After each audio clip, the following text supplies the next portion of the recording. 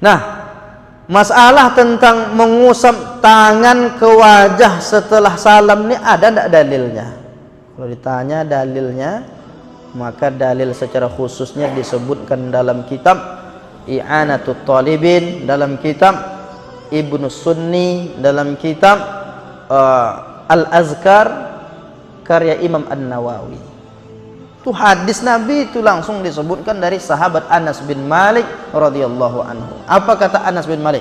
Kana Rasulullah sallallahu alaihi wasallam idza qada salatahu, kalau selesai dia salat, masaha jabhatahu bi yadihil yumna, dia usap wajahnya dengan tangannya, tangan kanannya.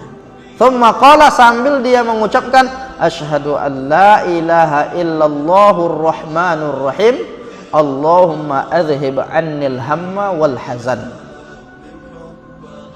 Ada dalilnya. Ini kalau ada Assalamualaikum warahmatullah, Assalamualaikum warahmatullah,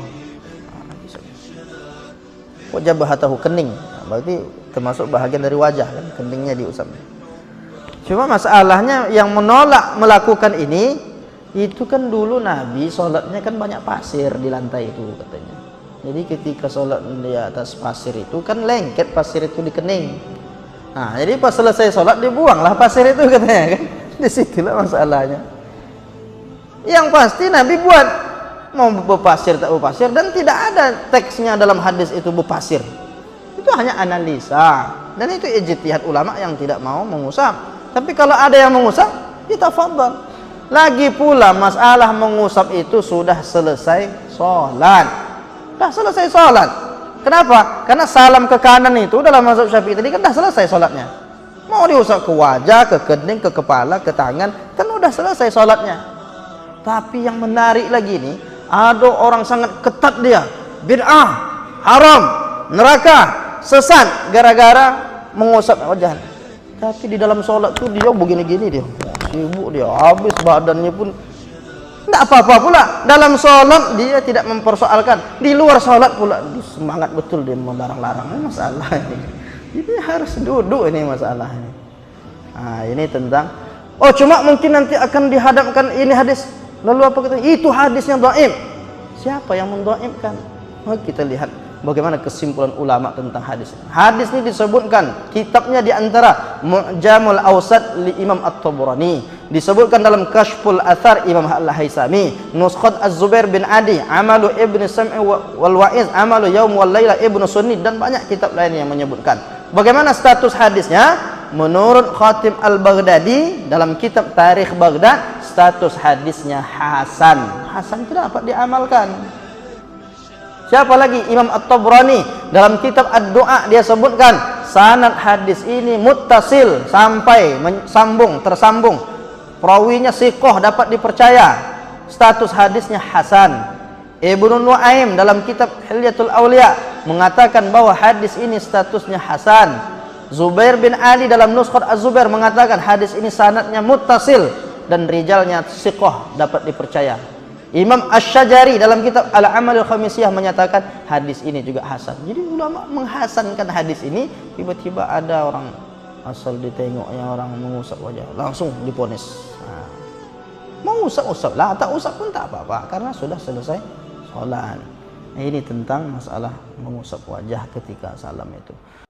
Bismillahirrahmanirrahim. Jika ada yang bertanya apakah Nabi setelah selesai sholat mengusap wajah, jawabannya ada di kitab I'anatut Talibin atau hasyiahnya kitab Fathul Mu'in juz 1 halaman 314.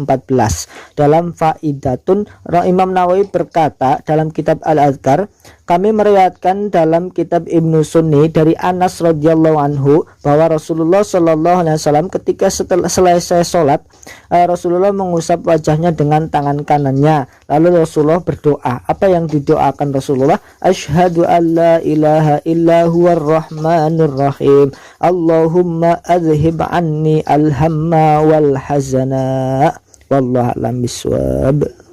Bro, buat lo yang masih nggak percaya kalau Nabi Muhammad habis sholat itu ngusap muka, gua baca keterangannya.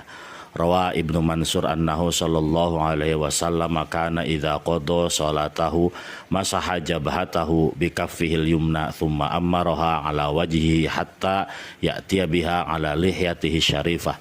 Nabi Muhammad kalau setelah selesai sholat dia akan mengusap keningnya pakai tangan kanan, kemudian mengusapnya sampai wajah dan sampai ke jenggotnya Nabi Muhammad. Kemudian dia baca Bismillahilladzi la ilaha illahu.